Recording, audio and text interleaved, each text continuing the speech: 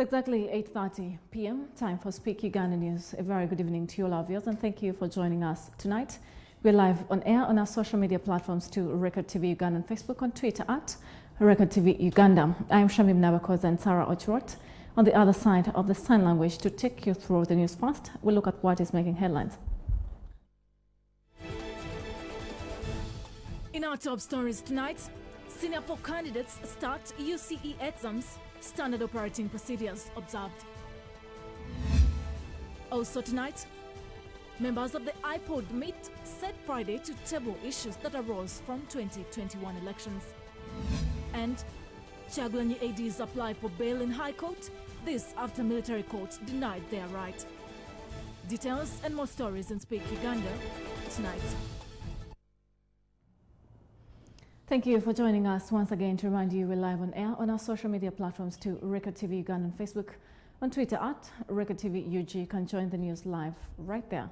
Starting off with the iPod, the chairperson of the iPod Council, who is also the Secretary General to the NRM, Justin Kasule Lumumba, has today announced the decision to hold the iPod Summit on Friday, March 5th at the Kololo under the theme Dialogue for National Cohesion. The summit will be convened and hosted by the President of the Republic of Uganda, Yoweri Kaguta Museveni, who is the current chairperson of this summit. Now, the summit will also, among other things, review the previous elections and what needs to be done going forward. The revelation was made in a press conference held at Kabira Country Club today. The summit, which is the apex body of iPod and composed of the heads of political parties that constitute iPod, according to Justin Kasule Lumumba, the Secretary General of the NRM, will sit with a view to discuss current political challenges arising from the election violence of the 2021 general polls. We are here as Secretaries General under the iPod to announce the third Ordinary Summit of Leaders, which is scheduled to take place on Friday, 5th March, under the theme Dialogue for National Cohesion. The iPod Council of Secretaries General, in its meeting held on February 23rd, 2021, resolved to organize this summit with a view to handling with the current political challenges that the country is faced with. The other Secretary Generals of DP, GEMA, UPC unanimously agreed to the decision, which they say was upheld by the Council meeting held on 23rd of February 2021 in the presence of FDC, which now says won't be part of the summit due to the continued human rights violations by President Museveni. For some of the reasons I have listed here, we will be unable to attend that meeting. For us, we will decline. We've received the invitation, and the FDC president in particular, because this is a summit, will be making a formal response to the NRM, who are now currently the leaders of iPod. So in line with our MOU, we accepted as a party to go for the summit, and on Friday, we shall be there. GEMA as a party, we are committed to support the dialogue process. And God willing, inshallah, we shall be there. And the Democratic Party is very, very, very committed to the dialogue processes, even if it will remain the Democratic Party alone. Asked on whether NOPA and PPP that now have representatives in Parliament will be part of the summit, Lumumba said it will be upon the heads of different political parties to approve of the same come Friday. It is not us to take the decision. The decision will be taken by the heads of political parties in the summit, not we, the Secretaries General. The summit will be attended by the President and Secretaries General of DP, GEMA and NRM. John Jimmy Musimbi, Record TV Speak Uganda. Away from that, the Forum for Democratic Change has called on security agencies to increase or also immediately release the people kidnapped or arrested by security agencies in the way of pre and after 2021 elections. This as the party spokesperson accused the General Court Martial of taking over roles that are supposed to be done by the judiciary trying civilians. March marks another month as the security agencies failed to release the list of those that have been kidnapped as earlier directed by the President in his last address. Addressing the media today, Opposition Chief Whip, also Forum for Democratic Change spokesperson Ibrahim Semijunganda, has tasked security agencies to release individuals arrested out of political affiliations and also come out public on those that have succumbed to torture. As FDC, we demand the immediate release of all the civilians who are in military detentions, who are held by the army. Of course, some are not in military detentions. They have been reading charges in tribunals, disciplinary committees, and sending them to Chitaria, sending them to Chigo. The army should also disclose the names of those who have died or who may have died in their hands. The FDC adds that they are concerned with the increasing rate of violation of human rights, accusing President Museveni of using the military tribunals to take over responsibility of the judiciary to try individuals. Semenyo says many have been subjected to torture unreasonably on orders of those misusing power. We are concerned with the deterioration of human rights observance in Uganda, the replacement of our courts by the court martials, and the cover-up by Mr. Museveni.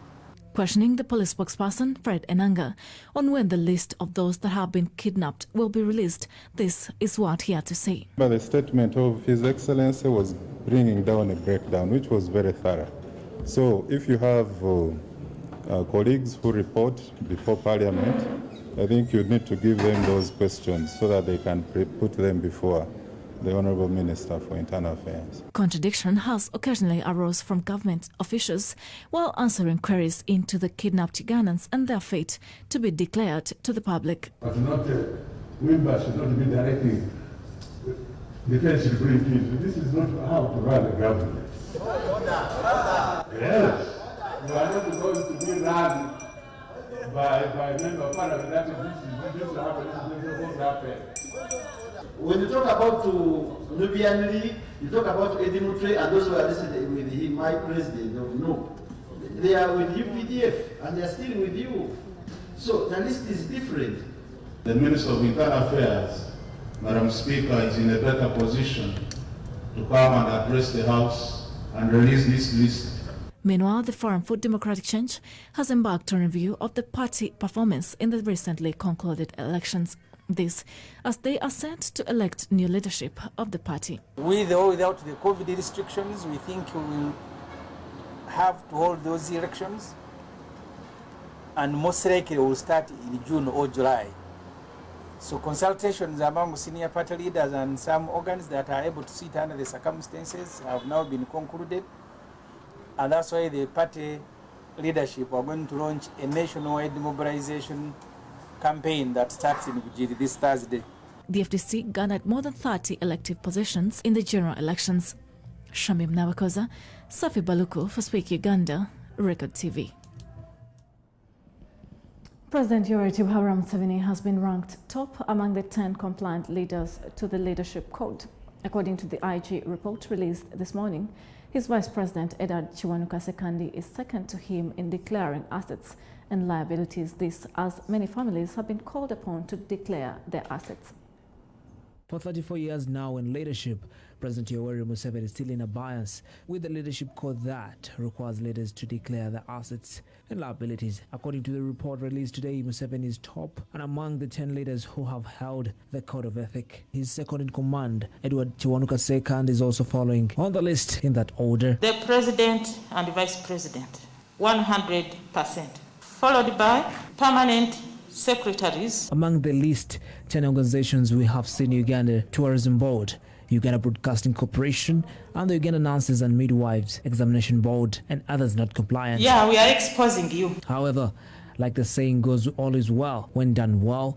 Some leaders, according to the IGG, are to declare their assets. Children and spouses of leaders declare what they own. In fact, that provision existed in the previous law, and following an amendment, it was removed. The argument was that it's unfair to require spouses and other family members of leaders to declare their wealth or to comply with a law about leaders when they are not leaders. It's not unlawful or irregular in Uganda for public servants to own property, provided you do not own it, acquire it illegally, illicitly, which is an offense. But if you have any property, proper acquired, not irregularly in your hands, then declare it. All this as the Inspector General of Government Office launched an online tool named the IGG Online Declaration System, which is intended at enabling leaders to submit their declarations of income, assets and liabilities online. Leaders who made declarations in 2019, 22,750, that is 91%. Who did not declare? 2,250, representing 9%. We've investigated 55 leaders. Value of cases presented in court, 6 billion Uganda shillings. Value of cases sanctioned for verification, Uganda shillings, 9 billion. Value of assets recovered, 5.36 billion shillings. The IG Odes is operationalized by the Electronic Transactions Act 2011 and the Leadership Code Declaration Form Regulations 2016. Leaders are therefore urged to embrace the online declaration system, including political party leaders. Registered political parties in Uganda, whose executive members are yet to register with us and are not complying with the requirement to declare their assets liabilities. I note that only one party out of all these is compliant, and this is the National Resistance Movement. All the others are defiant. Report compiled by Grace Nambiru for Speak Uganda, Record TV. Thank you, Grace Nambiru, for that report. Semi-candidate classes have resumed classes a year after lockdown due to COVID-19. Now, the schools around Kampala have registered a low turn-up of students, being attributed to the number of factors. This as head teachers report dropout of teachers as many switch to other paying jobs to survive during the closure of schools. This as the senior four also started their exams with the physics paper. Primary 6 are 1.2 million approximately. The senior 3s are 426,000. The senior 5s are 104,000. This was the president's speech on the 14th day of February about his plan on schools reopening, especially for the semi-candidates. The president broke down the total figures of those students that were to report on the first day of March 2021. To the president, this was a calculated risk being taken against COVID-19 in schools. According to Museveni, the number of students were over 1 million for all semi-candidate classes. However, on the first day of schools seems to have registered a low turnout. Many head teachers from different schools around Kampala say the numbers have been low compared to the time schools broke off. So the turn-up is still low, although we expect more learners. Because by the time we stopped, when COVID started, we had over 100 students or pupils in P6. And today I think we are reporting, those who were reporting, we are around 30 plus. To many head teachers, the worry is also centered around the performance of students, as many are suffering a critical setback, having spent almost the entire academic year at home. They need a lot of guidance actually to prepare them to be academically ready. Because when you interact with them, I try to interact with my children, ask them a number of things, a number of questions, but it feels like they are driving, they are in reverse. They have forgotten even the P4 work, those in P6. This is projected to worsen as many teachers who had poor welfare have quit the profession. I've reported some teacher dropouts in my school. Some went to other businesses, others changed location. The students testify to this fact, saying the time they have been asked to report and study is too little for them to be promoted. Most of us were not revising because we're at home. And when a child is at home, they don't have that morale of revising because there is TV, there are also siblings to play with. Last year, by this time, people would be revising a lot, but as some of us are even still in classwork. This as Uganda National Examinations Board kickstarts senior 4 exams countrywide. I would like to warn candidates that in case somebody is caught involved in malpractice in just one paper, this can lead to the cancellation of the results of the entire examinations. So we caution candidates and head teachers to ensure that they did not get involved in any form of examination malpractice. Story compiled by Paul Matovu for Speak Uganda, Record TV. And that's success in the rest of the papers. We do take a very short commercial break. There's still more to come. Stay with us.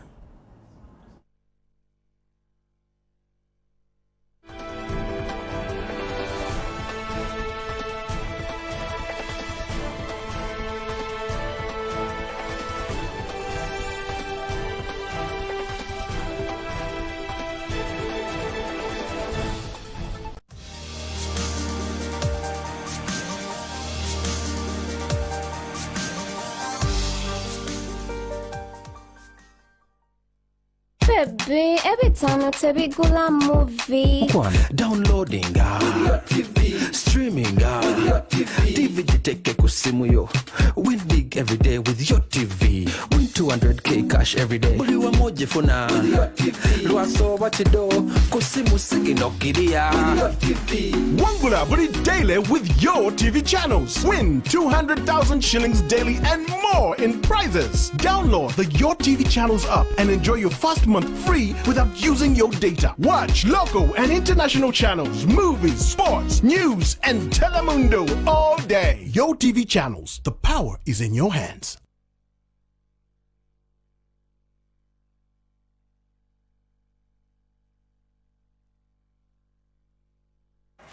Oh, by the way, Carl, Mother will be visiting us this weekend.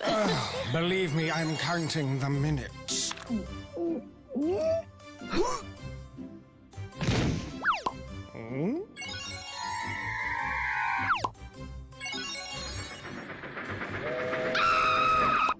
Eureka!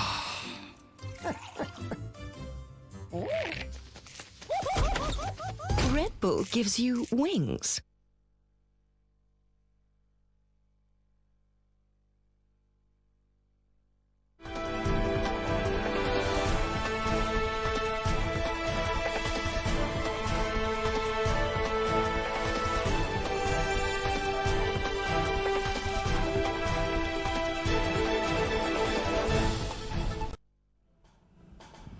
Welcome back from that short commercial break. I'm glad you're still watching Speak Uganda News Live here on Record Television with me, Shamim, Nabakooza and Sarah Ochirot on the other side of the sign language. We do move on with the lawyers to the National Unity Platform supporters and ADs of former presidential candidate Robert Kyagulanyi Ssentamu that have today filed an application for bail in Kampala High Court seeking to be released with 36 individuals who were denied bail on allegations of inciting violence.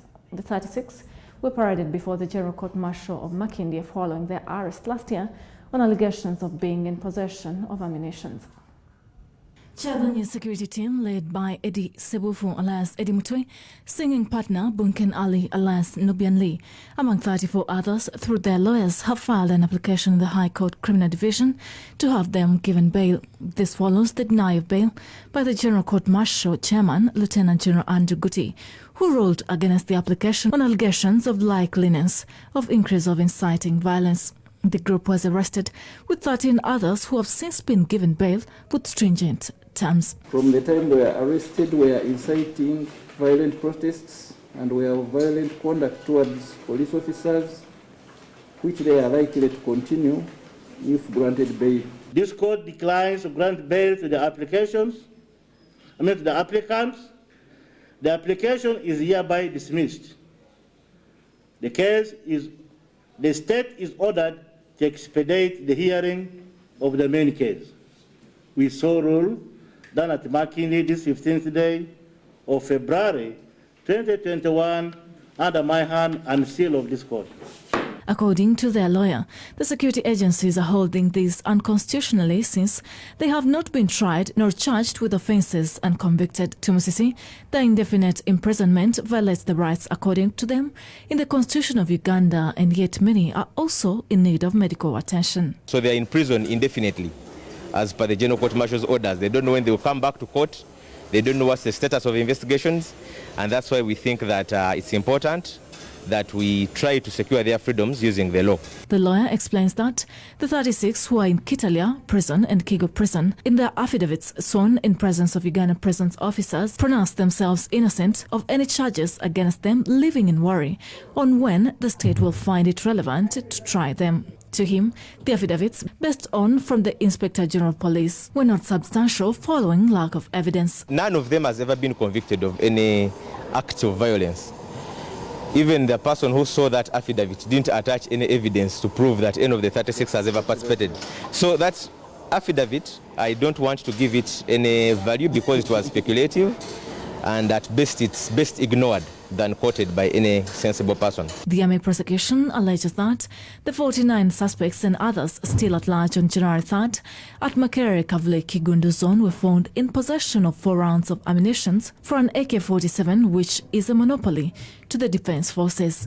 High Court is yet to set the date for hearing. Shamim Nabakooza for Speak Uganda, Record TV. Now, police says the list of missing persons will be released by the Internal Affairs Minister to Parliament any time from now.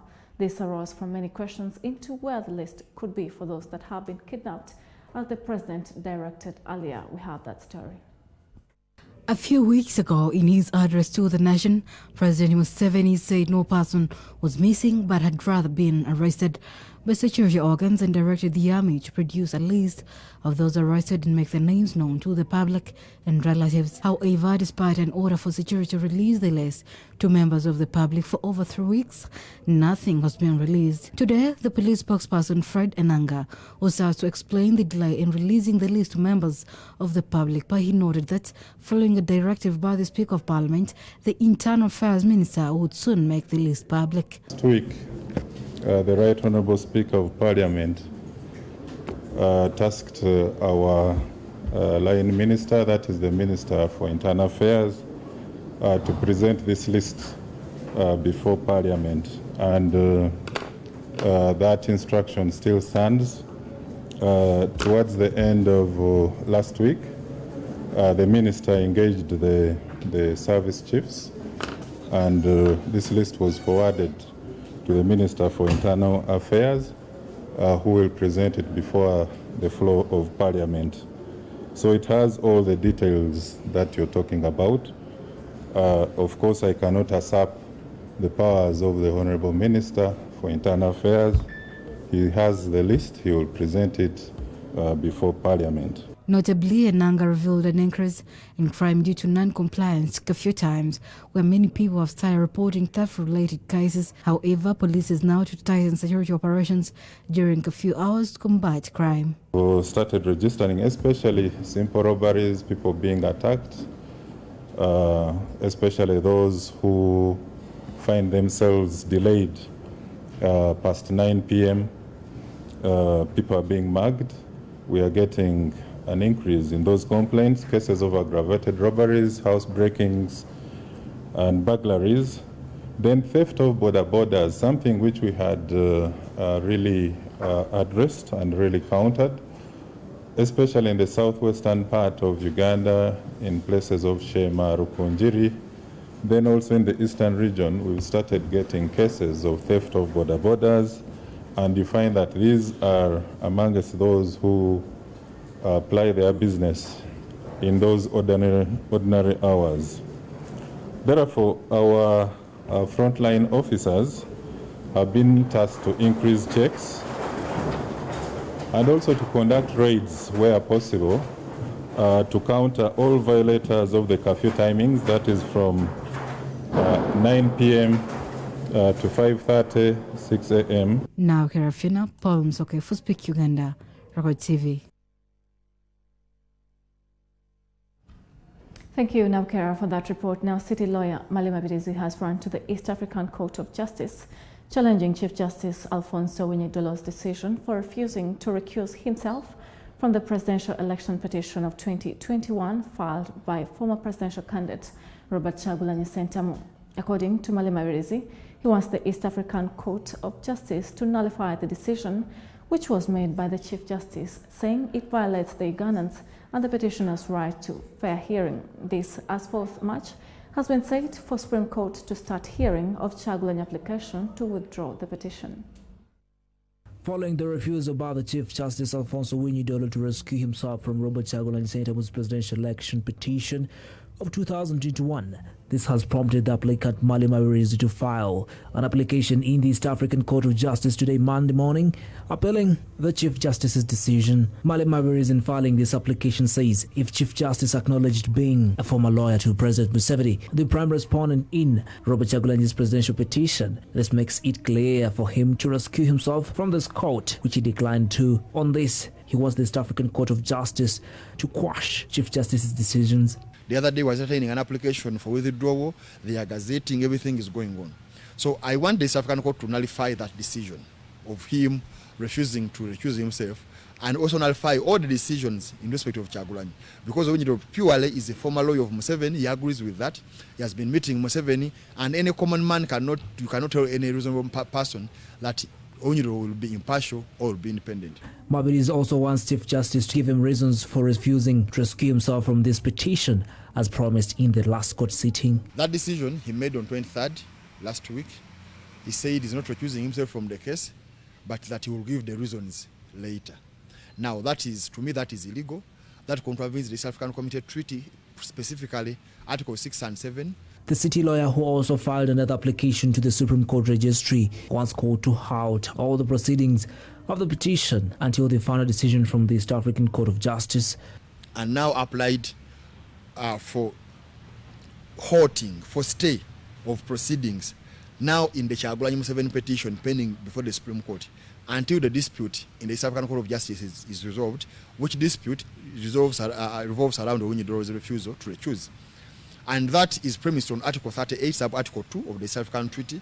Although a few days are remaining for court to give a verdict in this matter, as per the rules governing any presidential elections petition, Mawirizi takes this as a by the way to what he terms as injustice to Ugandans since the proceedings of this petition kicked off. Meanwhile, the judiciary has set forth March to start the hearing of the Chagulanyi application to withdraw the election petition against President Museveni.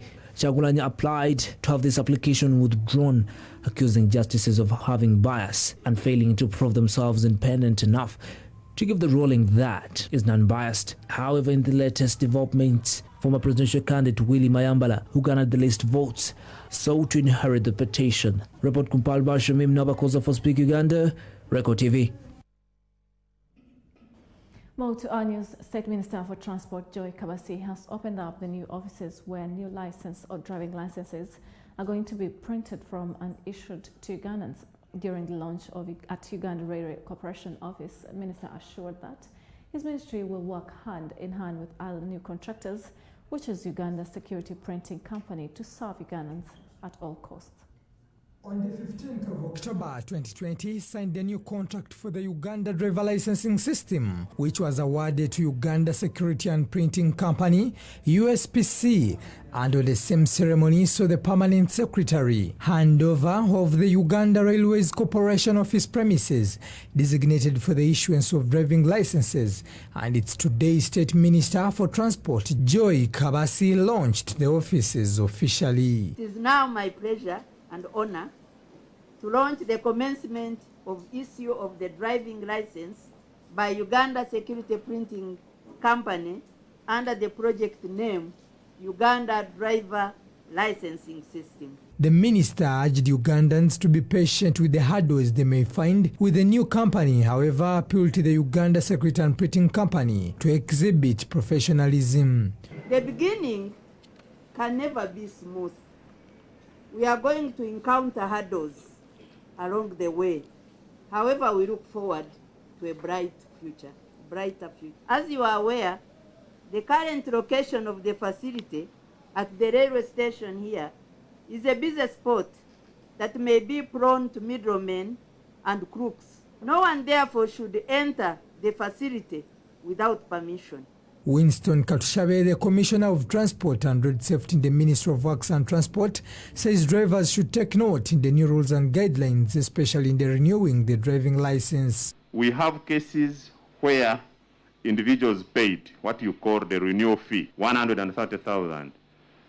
But because offices, especially like up country, are closed, they could not proceed during the month of December to complete the process. So we have brought all these issues to the attention of the developers.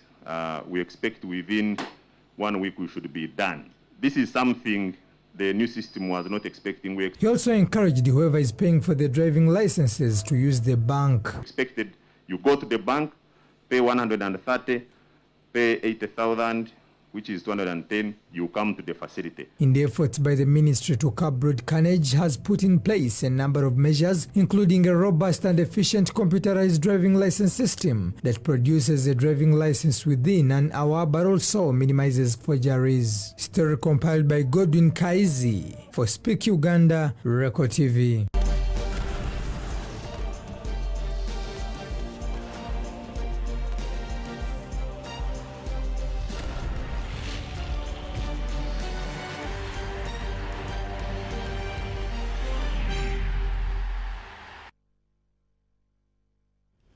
And in sports, the 2021 edition Uganda International Badminton Tournament commenced on Sunday with Team Uganda excelling at the tournament. Uganda won the tournament 9 medals from different categories.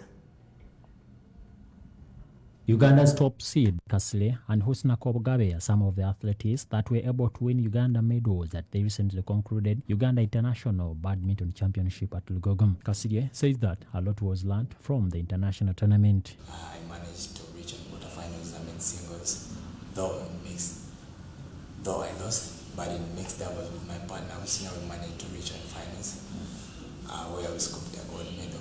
So we have a challenge of shuttle, the feather shuttle, which we use internationally.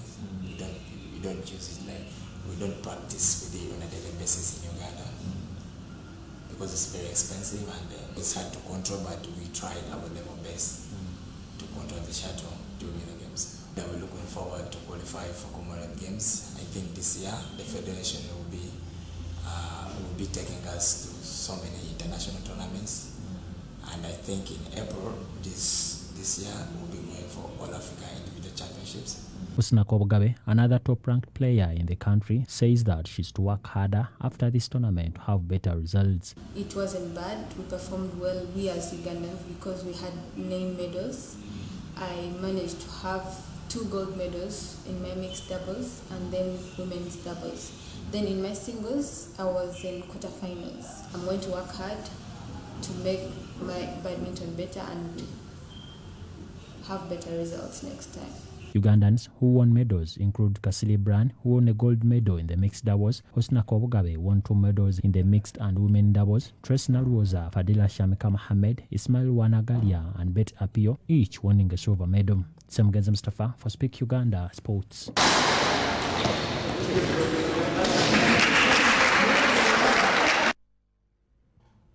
Thank you for being part of this broadcast tonight. I am Shamim, Nabakooza and Sarah Ojirot, who have been taking you through the news. Up next is Miracles of Jesus. Good night. Stay tuned.